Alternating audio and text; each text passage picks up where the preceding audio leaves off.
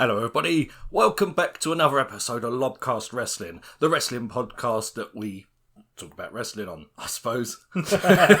Succinct. Fortnightly wrestling podcast for all your wrestling stuff. This week we're going to talk about WrestleDream, probably Crown Jewel, and whatever else we can fit in. Of course, I am the voice of reason, Dave Stevens, and I am joined by my feral tag team partner, the man of the hour, the Tower of Power, Lee Hazel.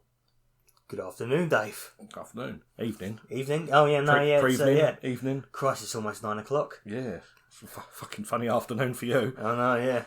It's because you've been working subterranean. Oh, Jesus Christ. Yeah. In car parks, deep down below the crust of London. There's so many things I could say about that, to be fair, but I'm not going to. Should we just talk about some fucking wrestling? Yeah, let's go for it. Oh, wait, are we going to start off with the unfortunate incident that is the beer this week? Right, so it's your turn for beer. My turn for beer this week, and I have no clue whatsoever what this is going to be like. Absolutely none. Did you buy this blindfolded? I have no frame of reference for what this is like, but, you know, I am not a big merch guy. I'm not a big, buying loads of stuff guy. But if you bring out the right product with the right reference, you might just get me. So is this a movie tie-in or a show tie-in? It is a show tie-in, yes. Okay. I actually wonder whether or not you'll get what show this is when I show you the can. Okay. He's rustling. What we got? Every day I'm rustling. What is this? Turbo Slurm. Is that... Right, it's called Turbo Slurm. Mm-hmm. I'm going to have a guess. Is it... What's the cartoon name? Futurama? Yes, that's the one. It is? Yeah, it's Futurama. It's the stuff they all get addicted to in the second series, yeah. And all it says is, it's going to taste like Slurm. And I have no idea what Slurm tastes like. Okay, well, let's grab you and me this one. There are alternatives in case this is awful. It says Slurm flavoured sour beer contains alcohol 4.5%. Yeah. So, and literally everywhere else, it's just like, oh, you like Slurm? So we added Slurm to your Slurm. I have no idea what this is going to taste like. Should we don't have glasses, but if you did, you'd tell that this drink, at least according to the advertising, is luminescent green. Okay. Well, let me get my keys because I ain't got fingernails, so I've got to get me little keys under the thing. Right, there we go. Right. Is it green? Oh, yeah. Like we. Oh, okay. Oh. It smells fruity. Let's have a taste.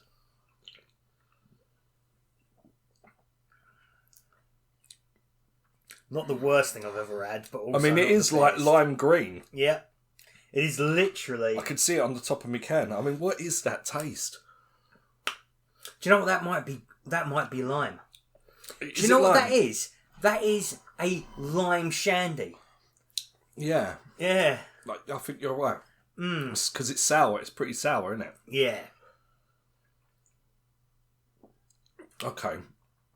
Few tastes in, because the initial taste I got when I first tasted it, I thought, oh, tastes like a fucking energy drink. Yeah, I was expecting that actually. I was expecting this to be like, remember when we had those caffeine infused beers? Oh yeah, well we was fucking climbing up the walls afterwards. Hey, that was our best podcast, I think. That's true. Mm-hmm. Well, this might be a good one since we're on Slurm. Turbo Slurm. Turbo Slurm. Nice.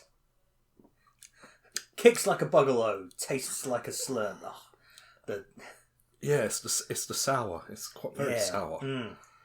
Like I said, Dave, I did buy options just in case it ain't too bad. I mean, it's not the worst thing we've had. I certainly wouldn't buy more of these. No. But I was literally just... Futurama is like one of my all-time favourite shows ever. It's like if I saw Duff suddenly in the supermarket, which they've done a couple of times, where they've literally just labelled over the Budweiser sign and it's just been Duff. Yeah. Right, shall we do some wrestling? What do you want to talk about? What do we want to talk about? Right. Because, I mean, we've had, since the last podcast, we've had WrestleDream, we've had Crown Jewel, we've had a lot happening with WWE, to be honest. Yeah, there's been loads happening with WWE. There's a couple of things, actually, that happened in the last couple of days that I wouldn't mind talking about. because those are probably the most urgent things. Well, should we talk about those then? Do you want to talk about those before we get into the pay-per-views? Absolutely, right, yeah. What is your... what's the thing that you want to talk about? Let's see if it's the same thing as I was going to talk about the Seth Rollins fiasco, to be honest. And at the moment, it does seem like a little bit of a fiasco. It does. I mean, so Seth Rollins is injured. Mm-hmm. He's had to vacate the belt. Mm-hmm. They had a battle royal on Monday. Mm-hmm. We're recording this on the Wednesday after the Monday with the battle royal. Yep. So we're recording this Wednesday after WrestleDream. Mm-hmm. So we had a battle royal, which neither of the Bronze were put in. Oh, we need to examine that in a bit more detail. But so at Saturday night, the next Saturday night's main event, we're going to have Jey Uso versus CM Punk for the world title. Because of all the people it could have been, they chose Jey Uso to win this battle royale and give him a main event slot on a Saturday night's main event as a number one contendership for the World Heavyweight Championship. I'm going to say this now. Why the fuck did Bron Breakker not win this battle royal and become world champion at Saturday night's main event? Because he's got a lot to learn, Dave. It's bollocks. He's young, Dave. He's got to be at least 40, 45 before he's in his prime. You could have him just be champion for a couple of months and get him and have him screwed out of it for all I care. But like you had a perfect opportunity to pull the trigger on him with it, Absolutely, yeah. No, I am absolutely 100% with you. They have already, from a guy who was supposed to be the next Brock Lesnar. And okay, Brock Lesnar spent a lot of time in OVW, but the difference between NXT and OVW is that OVW wasn't televised. Yeah. So an audience has already had 4+ years to get used to Bron Breakker to get used to him. Yeah. So honestly, he doesn't feel like he's got that Brock Lesnar sheen anymore, because when Brock Lesnar was champion, that was 5 months into his original. It's not like he's right. Yeah, that's what I mean. It's 5. How long's Bron Breakker been on Raw for?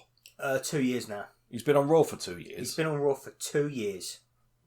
Do you know what I mean? Was probably on NXT for 2 years before that. It's just wanking. And the worst part of this whole thing is that the way... So, Bron Breakker and Bronson Reed weren't even in the Battle Royal in the first place. No. And that is the worst part of all of this, because it appears like Bronson Reed has just... been bent over by Adam Pearce and had his arse smacked for being a naughty boy. And unlike, I don't know, a Stone Cold Steve Austin, who would have literally raised hell about that. I know. He's ridiculous. Just sat down and fucking taken it. And his aura, for me, has been so damaged and diminished by this incident. Yeah. You thought he's turned on Seth Rollins. Mm-hmm. Now he's going to go on a rampage. And and they've just clipped his balls. What did he do? Did he do anything? No. Except for the... No, he gave the belt back and then you didn't see him again, did you? Yeah. Yeah, you didn't Did really he see get him. physically violent with anybody on this? No. So we are talking about a... See, now I would have thought you would have, fair enough if they took him out, I would have thought he would have attacked someone backstage and took their spot. Exactly, That's what he should have done. Mm-hmm. Took their spot. This is just... Yep.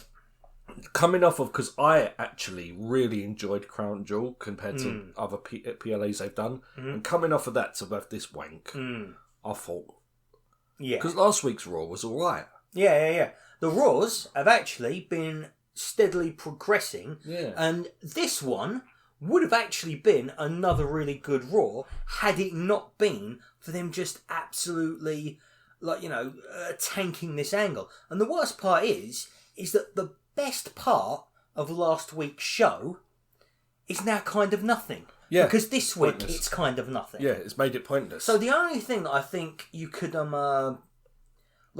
say and salvage from this moment is that if Bron Breakker and Bronson Reed turn up at Saturday night's main event and just absolutely demolish both Jey Uso and CM Punk. The thing is, you didn't...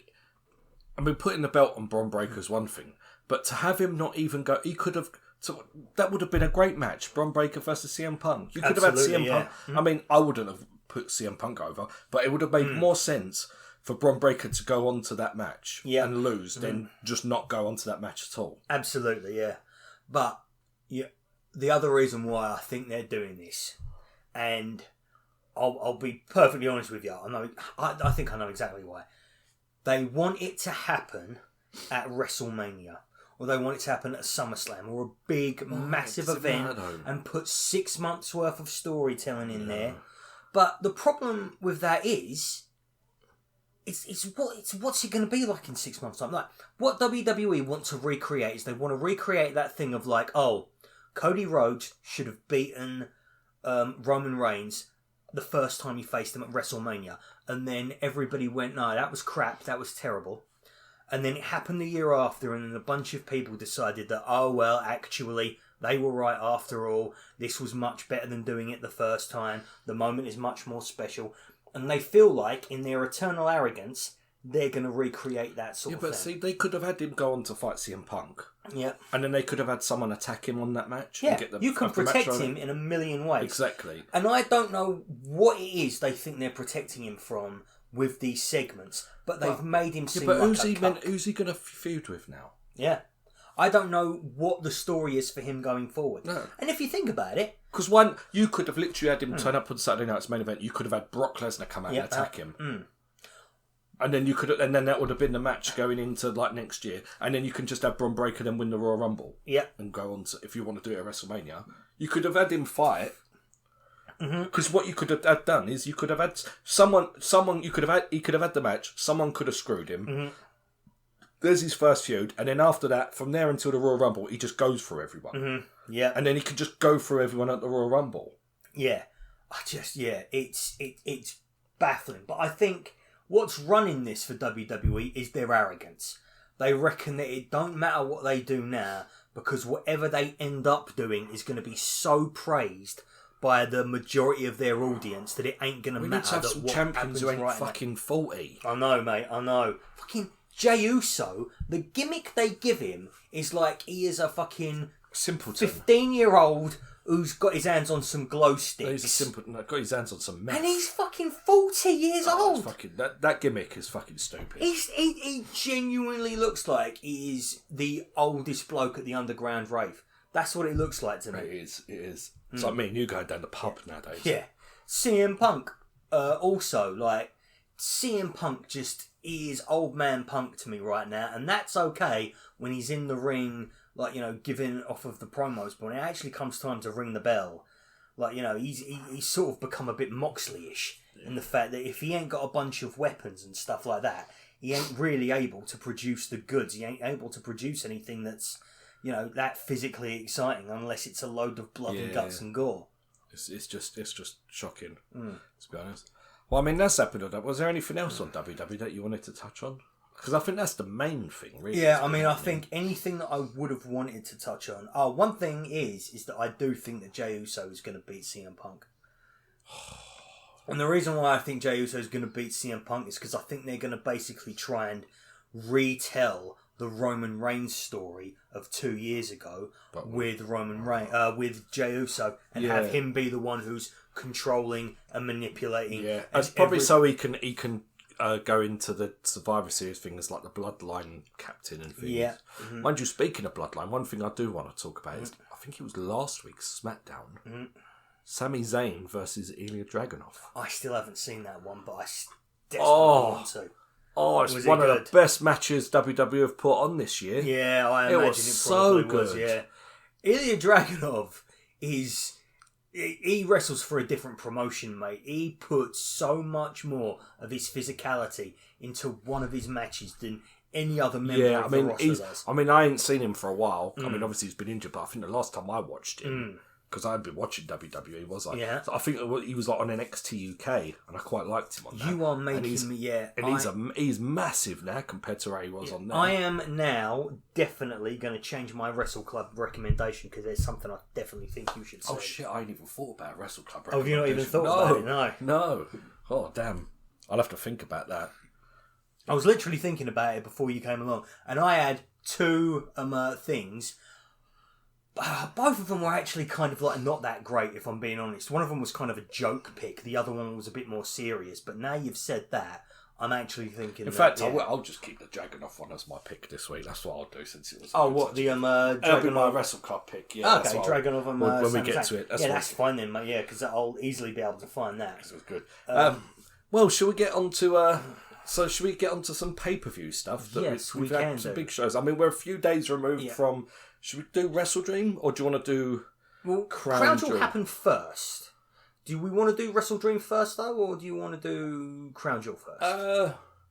Crown Jewel's only got 5 matches, to be fair. Okay, so you want to do that first and then get onto the bit more of the...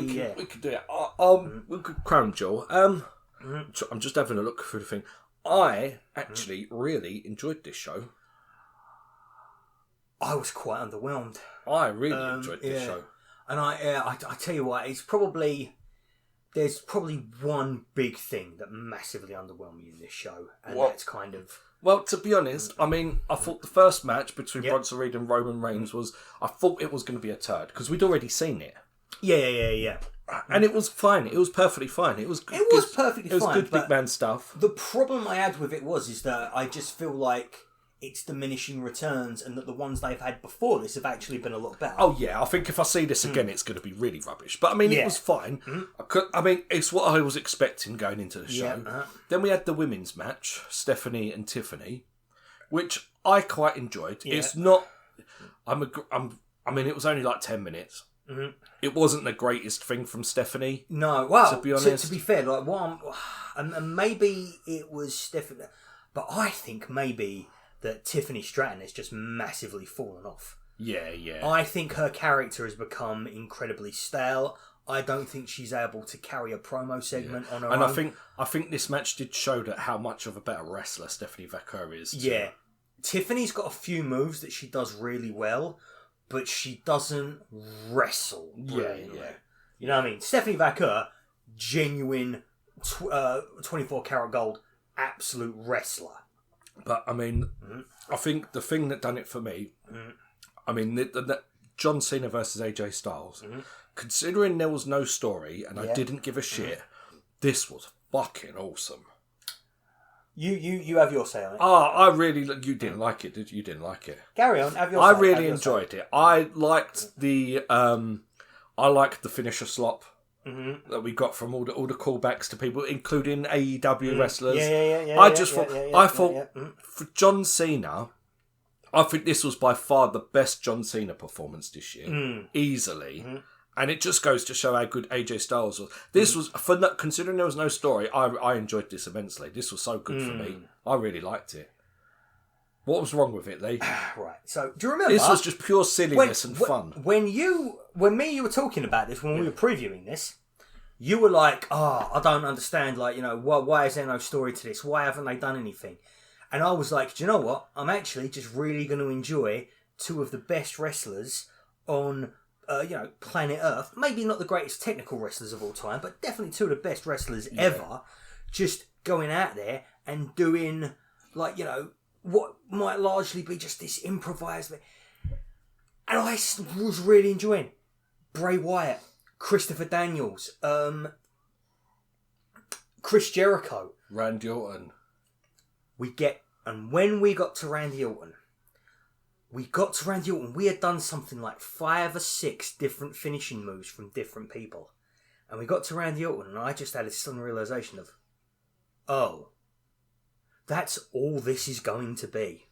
We're not going to get into like a competitive part of this match. We are just simply going through a laundry list, a shopping list of different people's moves. Yeah. And that's all this was. And that is all it was. I was so disappointed by this. And I was, and people had said it was really good, and people had said that it was like a love letter to professional wrestling. But when I just sort of see that it was just going to be, right, move. And when they did like, that draping DDT off of the ropes, I was like, okay, well, somebody's going to do a cutter then. And then, they did this move. So then, like, that person's other move is also going to be done. Like, I think it ended with a chokeslammed tombstone. And then he did his own finisher on top of that. But it was like, And I was just like, okay. Because unlike everybody else, it was like confused as to why there was no story going through this. I was actually really looking forward to it. So I think what it might have been is everybody else wasn't looking forward to this match and was pleasantly surprised. Yeah. And I had high expectations and was kind of let down. See, when it comes to... See, like I remember you because you didn't like Brock Lesnar and just because of the finisher slop. Yeah. But see, when it comes to finisher slop, this is good finisher slop. Yeah. Whereas Lesnar Cena was bad finisher slop. Yeah, that's definitely bad finisher This slop, was, I mean, this to me is like, it's not a great technical wrestling. It's not even a great wrestling match. Let's be honest. Oh no, but no. It was give just it that, yeah. This was just pure fun. Mm-hmm. Yeah. Really, for me, this was just pure fun, and this made the whole show for me. Yeah. This really, made the whole show, yeah. Because while I enjoyed Bronson and Roman, it was fine. I enjoyed the girls; they were fine. And then this came on, and then I mean, what got me is because I thought the next match, Ripley and Sky versus the Kabuki Warriors, was going to steal the weekend. Yeah, and I was a bit disappointed with that. Oh, I actually really I enjoyed it. Yeah, I enjoyed it, but I thought it was going to steal the weekend, and it followed that. Yeah, and it just didn't. It just yeah. I think because it followed that, it kind of fell a bit. I mean, it was a good match. I mean, I really enjoyed it because for me, and this will be a theme as we get onto a couple of matches later, I thought that these four were just laying it into each other. Yeah. Like for me, especially when it comes to WWE, the women's are the ones keeping the whole ship afloat. Yeah. And especially because it's like, it's a physicality that WWE has not really encouraged in its female wrestlers before. So to see it on full display here, to see Rhea Ripley, Asuka, Kairi Sane, Io Sky just pelting each other with elbows. When they fly into each other, they are properly laying it in. It's I think for me, I think with this matches, I got what I expected. Yeah, but no more. I mean, for me, I think that this is the one that got me back on track. And to be fair, I thought Seth Rollins versus Cody Rhodes was fantastic. I enjoyed it. I mean, it was all right. Really? It was good. It was good. It was good. It was good. It's just that I was. It's just like, I think the thing is like, the first two matches of the show were kind of like, oh, they were all right. They were, but like they were slightly better than what I thought they was going to be. Then we had that John Cena match, and I was like, wow, this was great. I really enjoyed myself. Then the girls came on, and they were good. Yeah, and then I mean, I just did nothing seemed to top that John Cena match for me on this card. Yeah. And that's what it was, and I think that But yeah, I mean, the main event was fine as well. It was a good match. Yeah, I mean, and because this is WWE, when it comes to like AEW and that, so many great moves are done. I have trouble struggling to think of them. But in this one, I have never seen a coast-to-coast headbutt in my entire life. Yeah. And don't get me wrong, apparently that is the move that injured Seth Rollins. Yeah, that was good. And then didn't he do the Cody done his finisher off the top rope, didn't he? Yeah. And that's not that was an earfall as well. Yeah. I was shocked. Yeah, no, it was a good match. I really enjoyed it. I genuinely thought, right, this is the kind of thing that I like to see WWE do. Yeah. As far as I think for me, as far as WWE PLEs go, this was a good one. Yeah. I really enjoyed this. Yeah. It's good. It's better than what we previously had. I mean, it's not a great WWE. show. No. It's not a great show. You had a nice, a good main event. You had a great match, in my opinion, in the beginning. And then the rest of them were kind of just like better than what I was expecting. Yeah, I suppose so, yeah. But there was nothing that I would say on this show that was bad. Yeah, okay. Yeah. Do you know what I mean? There was nothing. I wouldn't say anything was. There's nothing on this show that I would want to whinge about. No. I suppose not. I mean, very, very underwhelmed by Vaca versus Stratton. I've got to say that. To be honest, though, was you expecting a great match out of them two, though? I mean, kind of. Actually, don't get me wrong. I don't think Tiffany's a great wrestler, though. Well, that's the thing. I have been thinking that Tiffany has actually been a lot better than what this match is kind of like. I sort of realise now that a few things have been papering over the cracks when it came to Tiffany Stratton. Yeah, I think this Stephanie Vaquer showed Tiffany Stratton's shortcomings. Yeah. But to be honest, on a show where the only really bad thing I can say is, I've seen Bronson Reed and Roman Reigns before. This one is good as the last match. Yeah. And that's the only negative I can say. Although I did enjoy Roman Reigns bringing out the cricket bat. Yeah. That's what I mean. It was a fun match, yeah. but it was just like. But that's I mean, in a show where that's the only negative thing I can say is, I saw this match before. It weren't as good as their last one. Yeah.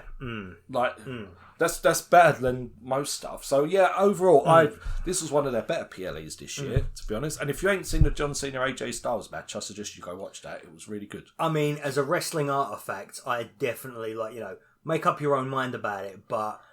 You have to admit, it was just fun. It was fun. It was very much. It was very fun. It was a very fun. Sometimes with wrestling, I just need fun. Yeah, you know, if you're not going to have a storyline going in, just make it fun or brutal.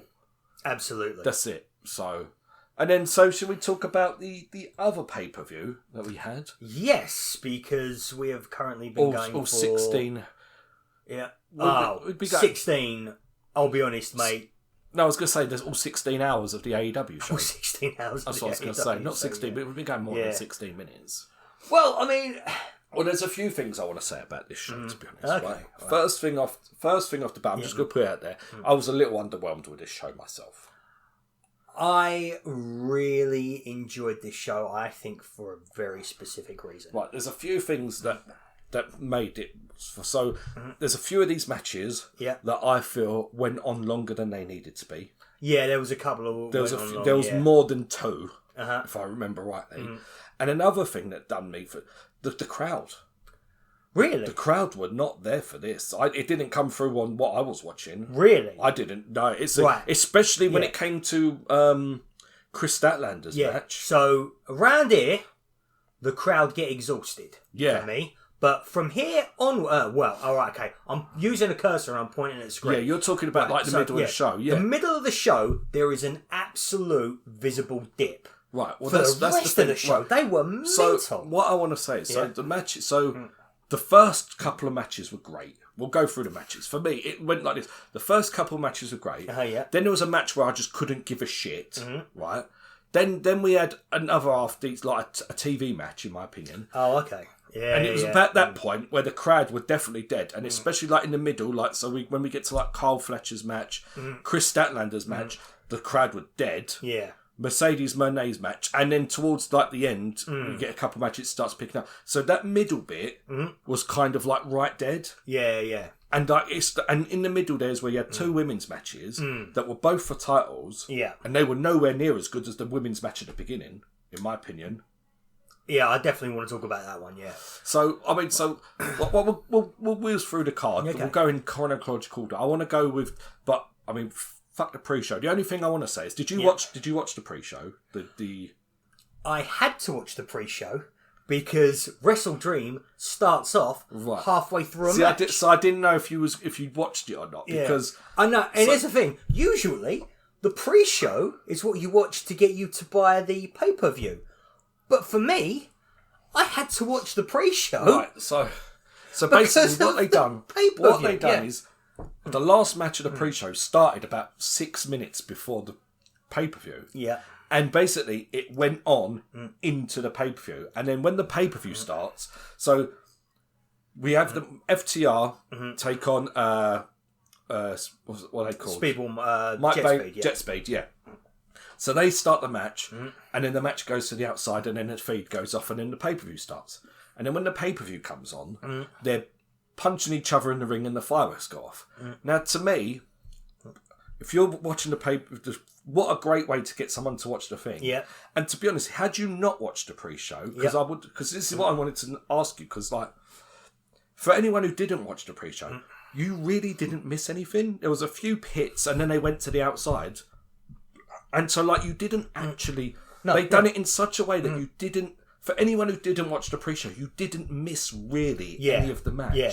But if you watched the pre-show, it was like, oh, shit, I've got to watch the thing. So I thought that was quite well done how they'd done that. Now, I have had the idea in my head for a while now about the pre-show effectively ending on a cliffhanger.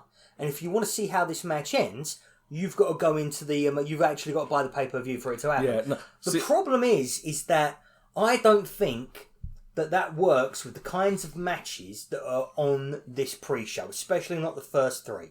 The first three are house show matches. Yeah. What I think they need to do from here on in, if this is going to remain a thing, basically have a 3-4 hour whatever show, proper show, but you give away the first hour of it for free on the TV or on YouTube or something. Yeah. And then halfway through the very last match of that, you cut to the pay-per-view. Yeah. So you have to finish. If you want to see the end to that match, and you make it a good match, you make it like an international title or a tag team title thing, or you make it a blood feud sort of thing, and you get people to actually invest in it. I don't think that's what they did here, but I feel like that's what we're going to get going forward. I think that the way they done it was really well done, because if you didn't watch the pre-show, you just watched the pay-per-view, it kind of started off as if they just started the match. Yeah, absolutely, yeah. And like... And unless you just heard that one line of commentary saying it started, you would never have known. So for people who have just bought the pay-per-view, you kind of saw the whole match. And I thought it was really well done. Yeah. And I thought the match was good fun as well. Yep. Oh, I really liked... When I was watching this, I was thinking to myself, oh, this is what happens when you put FTR against two people who aren't almost 50. Or in their 50s. This is one thing as well. Like, so I mean, we're going to get onto Hurt Syndicate later. Yeah. But like the Hurt Syndicate apparently didn't want to. Rumours that they didn't want to work with Jet Speed. They wanted to work with the Gates of Agony. Yeah. Like now, but getting ahead of myself. But I'm comparing this to the shit that the Hurt Syndicate have been doing with Gates of Agony. This is so much better. FTR are so much better. FTR, like this match is what. This is what I expected from FTR. Like, last time there was an AEW pay-per-view, we was reviewing FTR versus Edge and Christian. And we were expecting that to be something special. And it just absolutely was not. And this match is like, oh, this is what FTR are actually capable of when you put them with people who can move. Yeah. This was very good. This was very good. I mean, this kind of showed up the Hurt Syndicate, in my opinion. Yeah. To be fair. And then after that, we had, in my opinion, we had Jamie Hayter and Tekla. And we had 3 singles women's matches on the show. Yeah. I have to admit, I miss my women's 4-way. Oh, okay. One of these women's matches should have been a 4-way. And it shouldn't have been this one, because this was the best one of the 3. This was far superior to the other 2. Thekla is something special. I think she's really good. Yeah, she is fucking amazing. And this is like what I was saying with the previous with the Kabuki Warriors match from Crown Jewel. These two were laying it in. Yeah. You could tell that they were trained in Japan. Because the physicality on show here. I mean, I think it's the fact that like Thekla and she's come from Japan rather than like a TNA and WWE system. And also Jamie Hayter as well. She was a Stardom champion. But they haven't put they didn't put Thekla into the world title picture as soon as she came in, like a lot of the girls they brought in. She has gradually climbed the ranks. Yeah. Whereas like look what happened to people like Deonna Purrazzo and Taya Valkyrie, Athena. You know. Immediate title matches, immediately irrelevant. Yeah, because they lose the title matches. Yeah, and there's nowhere else for them to go. Exactly. They have gone in the highest position you can get, and the only way failed. The only way to go is down. Absolutely, and they've not come back. Whereas, like this girl, she's been involved in lots of stuff, and it's been really good. Like her stuff with Queen Emanada. Yeah. Oh my god, that was fantastic. I like most of Thekla's stuff, to be honest. And the reason why everyone was talking about Thekla and saying that, she's poor, she's unprofessional, she doesn't she doesn't know how to work, she hits too hard. It's because they're not used to seeing women laying it in like a lot of the men do. Yeah. And it is so much, the women's division is so much better when you add that physicality I'm not being funny. I'm no expert, but I think her wrestling is a lot better than a lot of the girls I'm watching. Yeah. Absolutely, it's great. Yeah. I haven't seen her have a poor performance. There's only one thing I don't like that she done a few weeks ago, because she does this. You know when she does the spider crab thing, before she does her move. Well, she done it the other day while Tony Storm was still standing up. Yeah. Rather than doing it while they're down and waiting, like doing it as they're getting up. She done it while she's standing up, so it looked like you're fucking pressing buttons on Mortal Kombat while they're fucking standing there trying to do your finisher. You know what I mean? That's what it was, and it looked so stupid. But no, this was. I really like her entrance where they turn the camera upside down. Yeah, I think that's I was better than Claudio standing in just somewhere random alleyway, thinking he looks cool and he looks like a fucking knob. Yeah, this was good. And then after that, we had my match of the night for me, I think. Oh, really? This one was match of the night for you? I think so. This was the best. This was the best wrestling match on the show. In my opinion. Jurassic Express and Young Bucks. This was just good old fashioned. This was old fashioned Young Bucks. Yes, absolutely. This is precisely what I think the Young Bucks needed more than anything else. Yeah. And it's the thing, we keep saying that about the Young Bucks. They had one of the best matches of the year with Swerve and Ospreay. Oh yeah. And it's like, wait a minute, hang on. When are we going to stop talking about the Young Bucks as if they need a really great comeback match? They've had like 3 or 4 in the last 2 months. Yeah. No, this is good, and I'm liking the storyline with the money. It's better than the EVP shit they were doing. Oh yeah. This is more funny. Yeah, this is easily Yeah, I'm enjoying this. Yeah, this was good. This was good stuff. This is where Jack Perry needs to be. Yeah, and absolutely. Oh my god, Jack Perry and Luchasaurus. Firstly, fantastic that they got the win here because I feel like they needed that way more than the Young Bucks did. Yeah, because this has revitalised Jack Perry's career. This has brought Luchasaurus back after the bollocks he was doing with Christian and Kill Switch. And people were glazing that. I have, since the whole the patriarchy thing has fizzled out, I'm thinking to myself, wow, like everybody loved Christian and was talking about how good Christian was. And now I'm starting to think that Christian was actually a problem for a lot of these guys because Luchasaurus looks a lot better. Nick Wayne is doing some of the best promos that I've ever seen him do. Even fucking Kip Sabian is really good right now. And it's just, Jurassic Express getting together for me is one of the best things to happen in 2025. This is so good. This was good. Mm-hmm. And then it was followed by a load of bollocks. The Hurt Syndicate versus The Demand. I did not mind this. I didn't think it was great. I just don't. I can't take The Demand seriously. Can you not? No, because I'm not being funny. That Bishop Khan and Toa Leona, they've been like presented for the last God knows how many years as jobbers. Yeah, and now to me, I cannot see them as anything but jobbers. Oh, okay. It's just I don't know how you can build these guys up in my mind. For me, they were just damaged goods. Yeah. They came in with, what's his name? The bloke who brought in, he used to manage Road Warriors. They came in with Prince Nana, didn't they? AOP, Authors of Pain. I thought they came in with that. No, this ain't Authors of Pain. Wait. You're thinking about a completely different tag team. Yeah, no, I am. This is AEW. See what I mean? You don't even know what they look like. You're getting them confused. That's what I mean. They're forgettable wankers. You know? What were they before? Oh, Gates of Agony. These are the Gates of Agony. Yeah. That's what GOA stands for.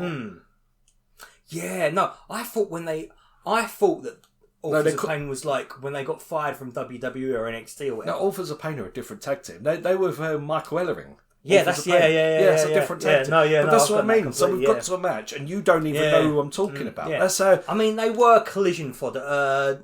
Not even Collision fodder. Rampage fodder for a good while. Yeah, well, they were came in with Prince Nana. Then they were Swerve's lackeys. Yeah. Then they were someone else's lackeys before they became Ricochet's lackeys. No, I mean, don't get me wrong. They are a bit better, but for me, it's just like. Yeah. Well, the reason why the Hurt Syndicate would prefer to work with guys like this than prefer to work with guys like, they just don't want to sell for smaller guys. Yeah. That's the thing. If they're going to have a match, they want to have a match with like people who can actually go toe to toe with them in a real fight. Which I don't know what their actual fighting skills are but yeah, this was fine. The street fight was the other week was better than this though. Yeah.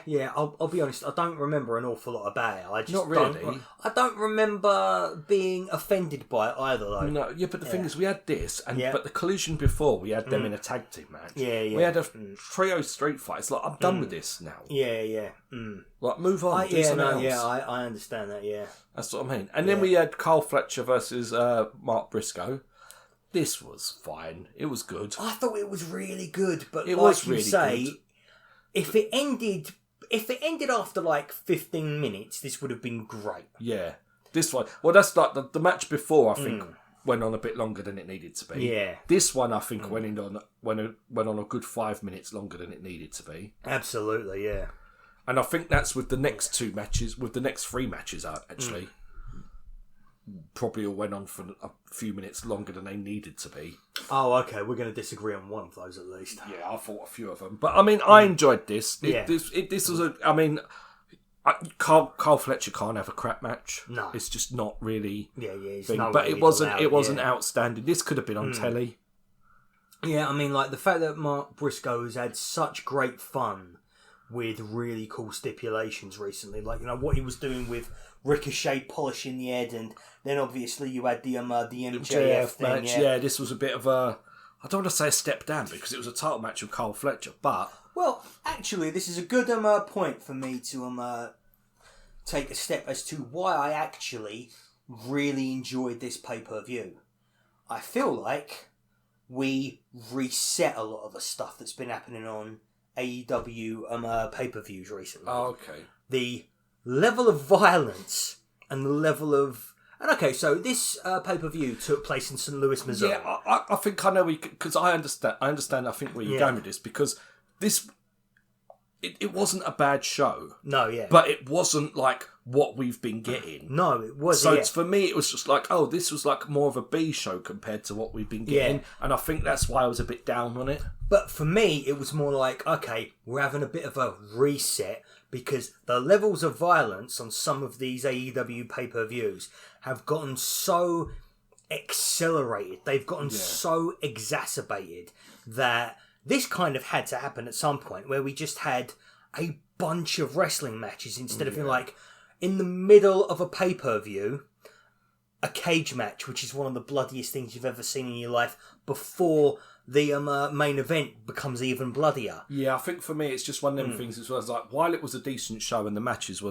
fine and good, I mean, I say fine, they're AEW matches, so they're good matches. But you know, I'm used to. But I just feel like watching this. I feel like this isn't the best of what AEW can produce. Right. Okay. I think that's the feeling I got from the show in general. Whereas for me, it was more like, oh, okay, so yeah, like we've rediscovered what the base is of a good AEW show, and we can build on this from here on in. I get Whereas if we continued building on from like Forbidden Door or All Out, then what the fuck is going to happen? We're going to start shoving fireworks up people's We've gone into fifth gear. Let's quickly drop down to third so we can go up into fourth again. But having said that, I actually felt like this is a pay-per-view where the wrestling itself was just really allowed to shine. Because there weren't really no silly... apart from there weren't really any silly stipulations of things, were there? And gimmicks and stuff. And one thing as well that I actually think really helps this pay-per-view in my eyes is that people were saying that, oh, I was watching this show and like the fact that you've not got Swerve, you've not got Ospreay, you've not got Kenny Omega, like it's not got MJF, it's crying out for one of those guys. And actually for me, I'm looking at this card and I'm thinking to myself, well, we've got 3 women's matches on here. Yeah. And we've also got 3 tag team matches. Yeah. And actually, these the fact that we don't have all of these single stars has allowed these other divisions to breathe a bit more. And honestly, I'm like, this is probably like the 2 reasons. 1, the wrestling instead of the violence was a bit more of the focus. And 2, I'm seeing a few people on this pay-per-view that I'm not sure would get on this pay-per-view if they weren't already. Yeah. I think Jurassic Express versus Young Bucks might have been like a Winter is Coming main event rather than a match on a pay-per-view. I definitely don't think Jamie Hayter versus Thesz gets on this show if we've got Kenny Omega. And to be honest, that those 2 are some of the best matches on the card, in my opinion. Oh, man. Because the Jurassic Express match is like old school AEW. Yeah, absolutely. And I miss some of that old stuff.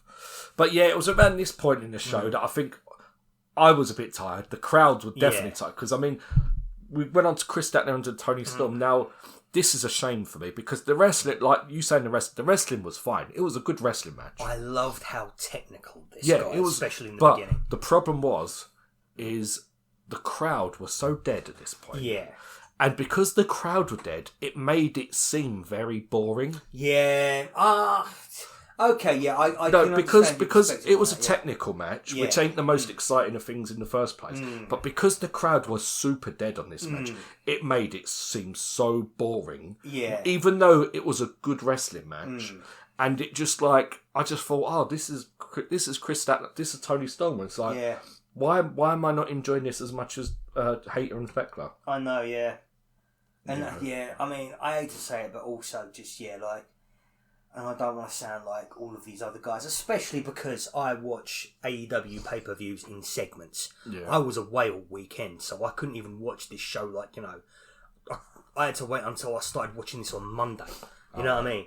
But, I suppose if you've already watched an hour and then watching the next 2 hours later, whereas I'm watching this a few hours in by this point. Yeah. After watching the pre-show and this. Yeah. And I was I thought we decided we weren't going to do the pre-show. I'll watch them. Oh, you do still watch them? Yeah. I thought we made a pact not to do the pre-show. Especially now because the pre-show, because they actually have a pre-show. Yeah. And they've actually now separated it, so the pre-show where all the talking shit is different to the wrestling bit. Because the wrestling bit they've got as these tailgate rules now, which is basically like half a collision. Yeah. Because I got confused. I went back the next day and then it was like there was an episode of Collision on me, Triple Team, and I thought, what is that? And it was like the last hour of the 3-hour Dynamite and the first hour of the thing. I thought, oh, bloody hell. Yeah.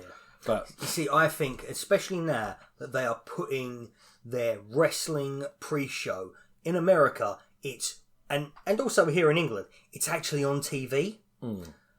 They need to start, actually, what they should do is they should shorten each show by an hour, get rid of all the crap that happens, that's the house show stuff, and just start the pay-per-view an hour early, give you an hour of the pay-per-view for free, and then charge you to pay for the next 3.5 hours, whatever. Yeah.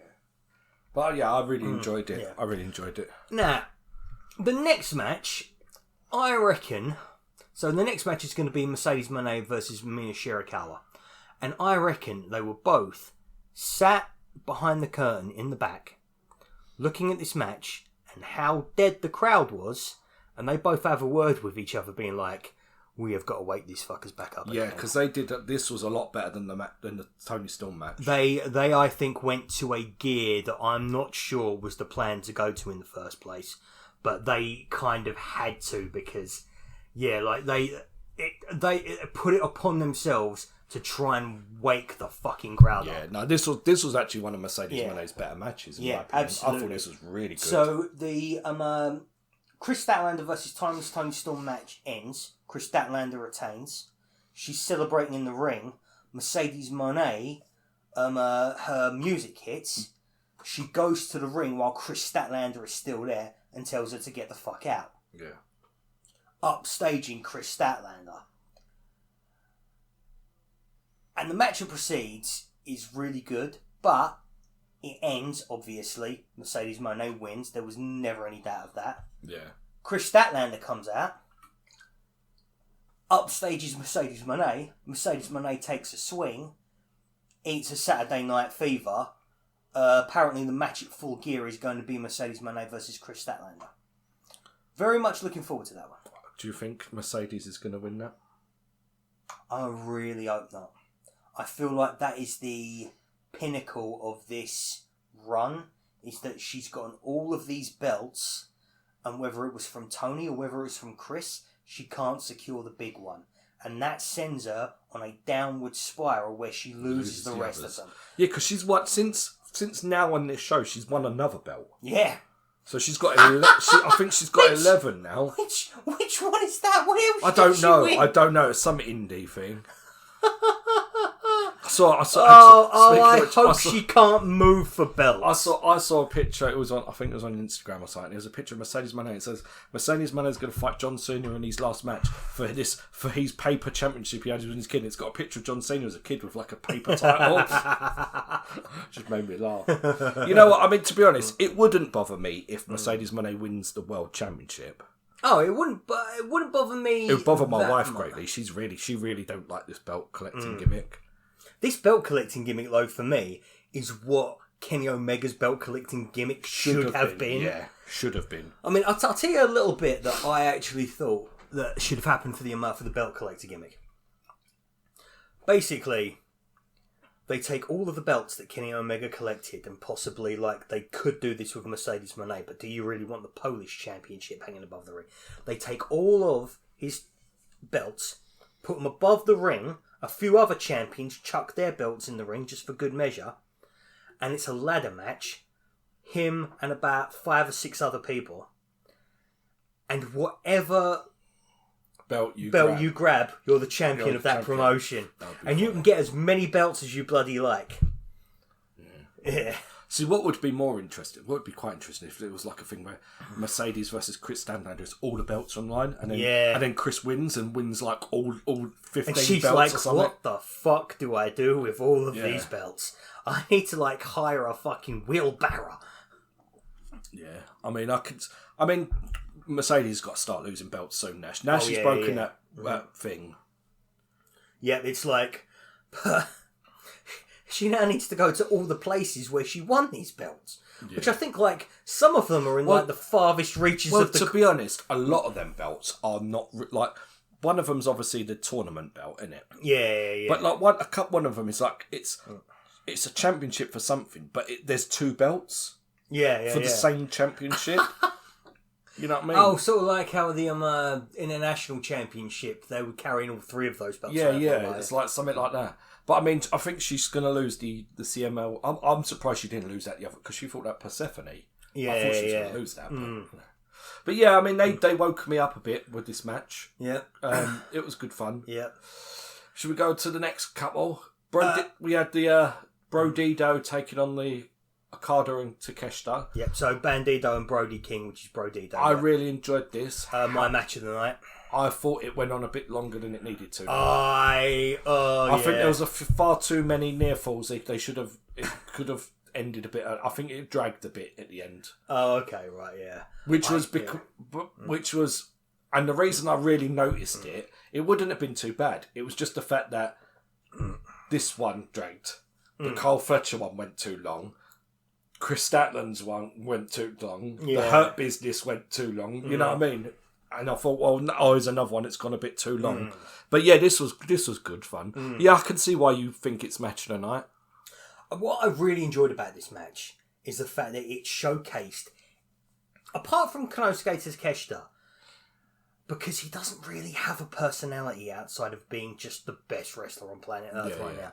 But when it comes to Okada and Bandido and even Brody King, it was such a good showcase for their personalities. Yeah. Like, Okada couldn't stop cracking up whenever something bad happened to Takeshita and could not stop antagonising him through the match. And that's actually, like, that's the story of this match. You've got the Callis family, where one of them just wants the worst things in the world to happen to his tag team partner. And then you've got Brodido, where Bandido's injured and Brody King just believes in his partner. And at the end of the match yells, "Keep fighting, Bandido." I mean, one thing the only criticism I really have for this match is I think the Don Callis family should have won. Oh, really? I would have liked to have seen the storyline with them two keep defending these belts and they don't like each other. Yeah. I would have really enjoyed the to watch the implosion of the tag team. And that is valid, and I absolutely agree with you. That would be great. The problem is that Okada still has the International Championship. Yeah, and Takeshita is the IWGP World Heavyweight Champion now. Oh, yeah, of course. Yeah, no, we forgot to mention that, didn't we? He won that. Did you watch the match? I have not actually seen the match yet, no. I've watched the match. It was quite good. I might put that on my one as well. I might put that as my thing. There you go. Yeah, that was good fun. But that's what I mean. Can you imagine these two guys with the belts? Yeah. I mean, that would be fantastic, yeah. You know, because the thing is, like, Okada's probably going to lose these belts, so I would have thought. If we're going to have the Continental Classic, I think he might lose that then. Takeshita's definitely going to lose that belt come January 3rd. He's not third or fourth? Was it third or fourth? Is it fourth? Oh, are they still doing the 2 day? Are they still doing the 2 day thing? I think they are actually, but okay. When was it traditionally? Was it third or fourth? The fourth is when it's traditionally. Yeah, I was probably fourth and fifth now then. But yeah, I think my mistake. I think he's gonna come Wrestle Kingdom. I think he's gonna lose that by Wrestle Kingdom. Yeah. Which is weird because I thought he was. Do you not think he's going to defend it at Wrestle Kingdom? I think he's going to defend it and lose it at Wrestle Kingdom. Because otherwise, why wouldn't? Because I thought that the G1 winner goes to Wrestle Kingdom to challenge for it normally. Yeah. But he's already got it. He already challenged for it. So I think he's going to lose it. I am so poor right now with my New Japan Pro Wrestling. I don't have a clue who he's going to face for it. No. Maybe Goto is the only person from my, at the moment, very poor knowledge of New Japan that I could possibly think of him having it with.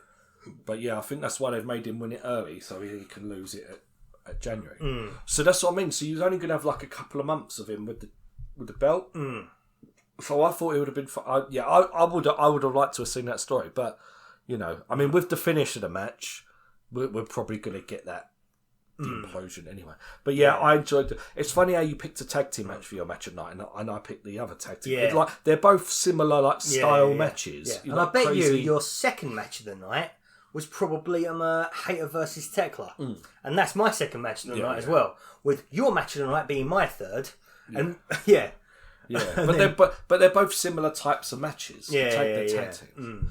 Then we went on to Hangman Page and Samoa Joe, which I loved this match, but in a way that it was like we were saying before, because this was just some good old fashioned slobber knocker wrestling. This was like watching a Samoa Joe main event from 2002 Ring of Honor for me. I really enjoyed it. Yeah. Except for it weren't a main event, and that's my problem with it. Oh, what? Really?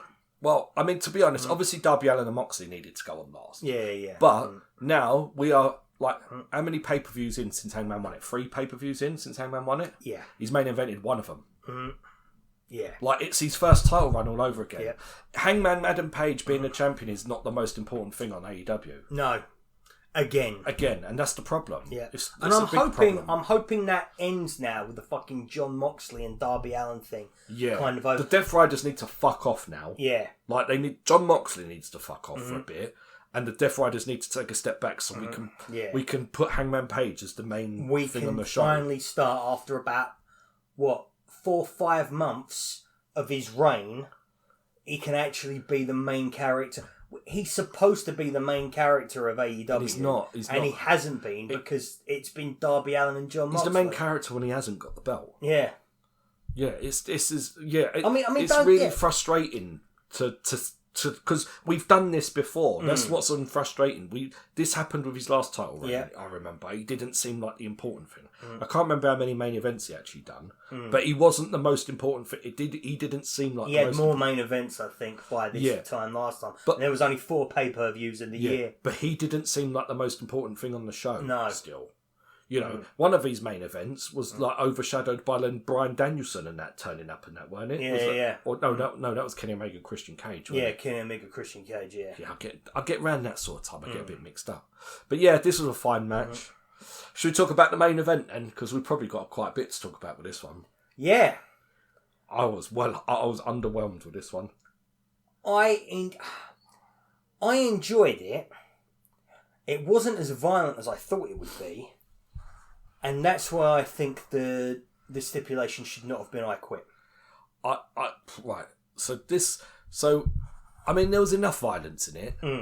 It was all directed at Darby Allin. Yeah.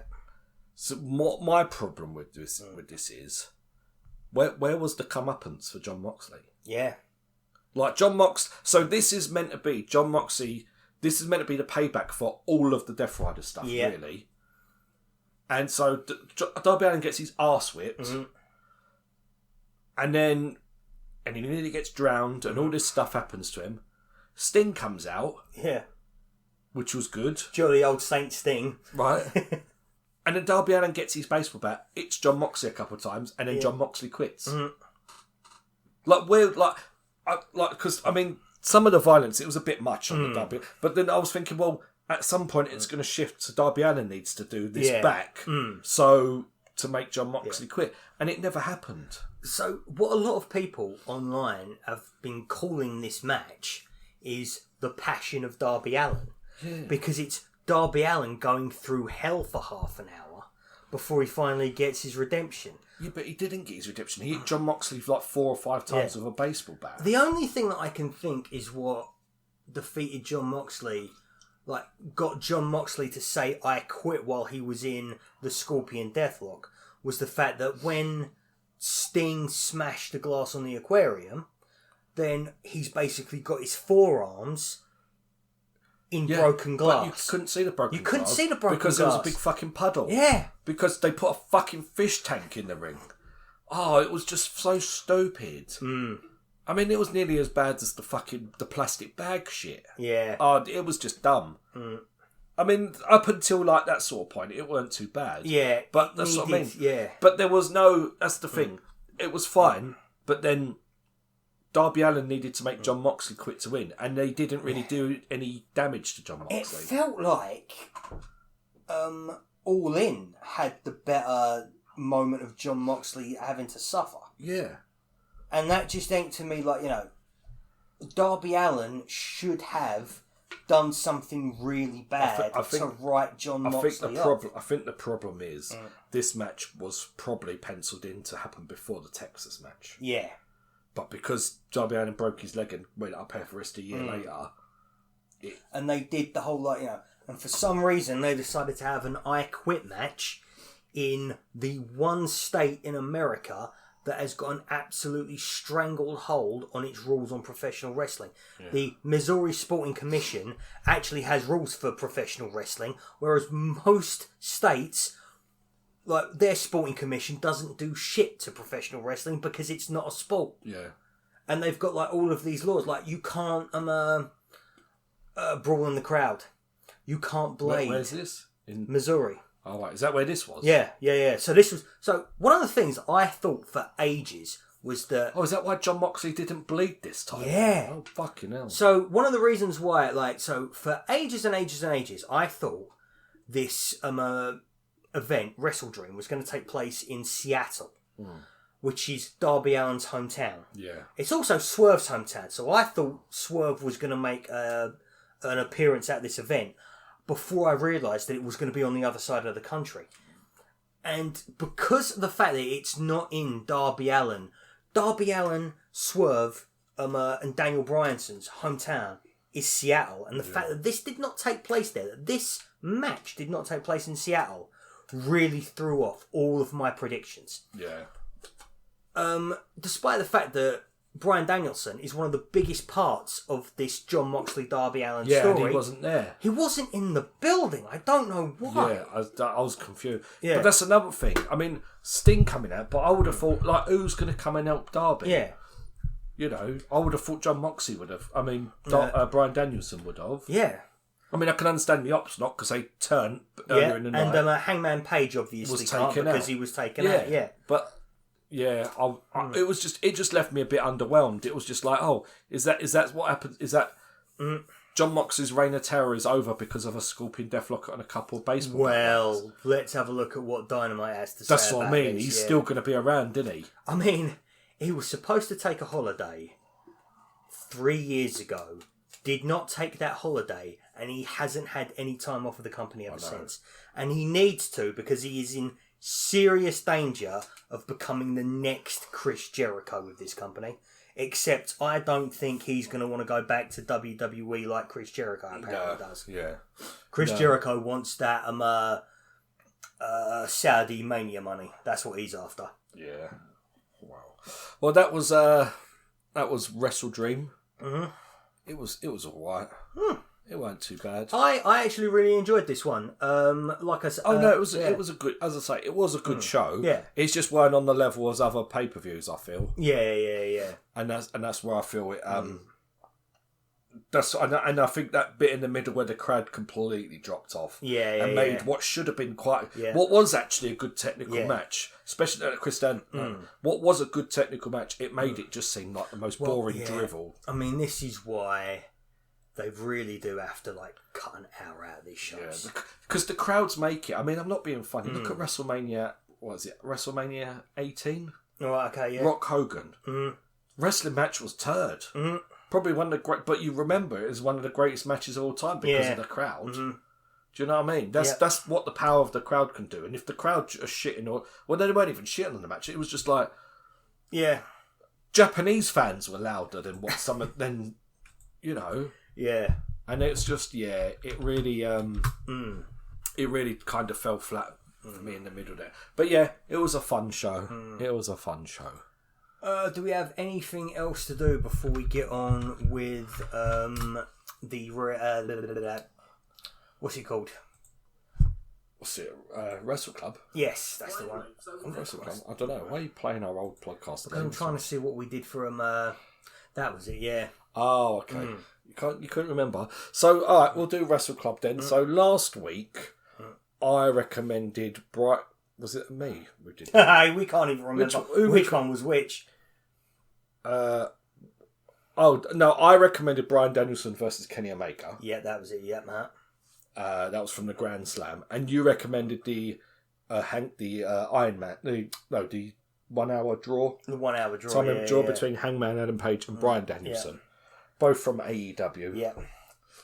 I remember the Bryan Danielson versus Kenny Omega match. The first thing that I will never be able to forget this. Bryan Danielson taking a dragon suplex onto the ramp. And thinking to myself, oh, yeah, he's back then. Yeah, he's back then. Yeah, they're not like, he's not fucking around. Like that neck of his, he's around now. He ain't going to be around for long if he keeps wrestling like that, but he's going to be giving us some good matches while they last. Yeah, weird. I mean, to be honest, two Bryan Danielson matches. But, we had a lot of great Bryan Danielson matches actually in AEW. There's so many great Bryan Danielson matches. It's like we seriously need to have appreciated him more when he was there, I think. Because I don't think any of us sort of really understood while it was happening the fact that this wasn't going to be... this weren't something that was going to happen for the next 5 or 10 years down the line. Yeah, it's just a shame he missed the first All-In at Wembley. Yeah. He was injured, weren't he? But we did. We saw him win the championship, and that's good enough for me. Which I think I have reordered my top matches I've ever seen live, and I do think that, that's the best one. Yeah. That's the best one. Just singing the final countdown. Whose House 5 times with the crowd. Yeah. Oh my god. Such a good stuff. So good when the audience gets to participate in a entrance sparingly. Yeah. Instead of it being the first 20 minutes of every episode of Monday Night Raw. Oh, fucking hell. Sorry, I had to get my little dig in there. Yeah, I had to get my little tribalistic dig in. No one gives a shit about yeeting. No, and people are very much like...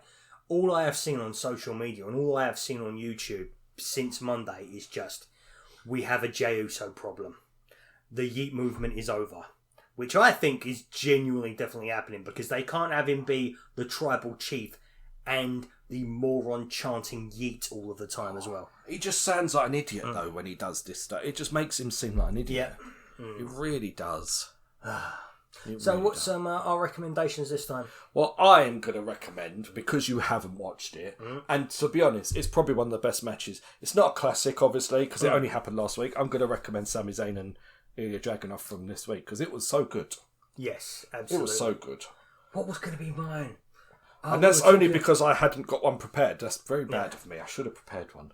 I did have a couple prepared. One was a joke one and the other one was a bit more of a serious one. But what was it we were talking about earlier on?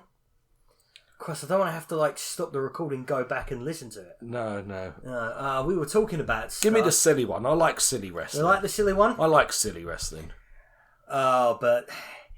the match isn't quite as silly as the recommendation is. The ones that you were going to recommend, would I have seen most of them anyway? Do you reckon, or are they all from? The other one. I don't think this was it's a WWE match, and I don't think this is a period you were watching WWE. Well, I mean, you can go with that one if you really want to. So I'll tell you what the joke one was going to be, and you'll understand immediately why. We'll put them both in. We'll put them both in because the Ilja Dragunov match happened last week, so they're not classics. So we'll put them all in. So Dynamite. This is WrestleDream, and WrestleDream is obviously a the match the event we've just reviewed is WrestleDream. Yeah. And obviously WrestleDream is contains a lot of tributes to wrestling gone by. The last 2 years have been very Antonio Inoki focused. This time around, they went with Thesz. And they got very nostalgic about Thesz. Yeah. And so just before you came round, I found Lou Thesz versus Buddy Rogers. Nature Boy Buddy Rogers. The guy who had Nature Boy in his name before even Ric Flair did. Okay. Oh, that'll be interesting to watch. Okay, we'll put that in. It'll be interesting, all right. Have you watched it? Oh, yeah, I've seen it.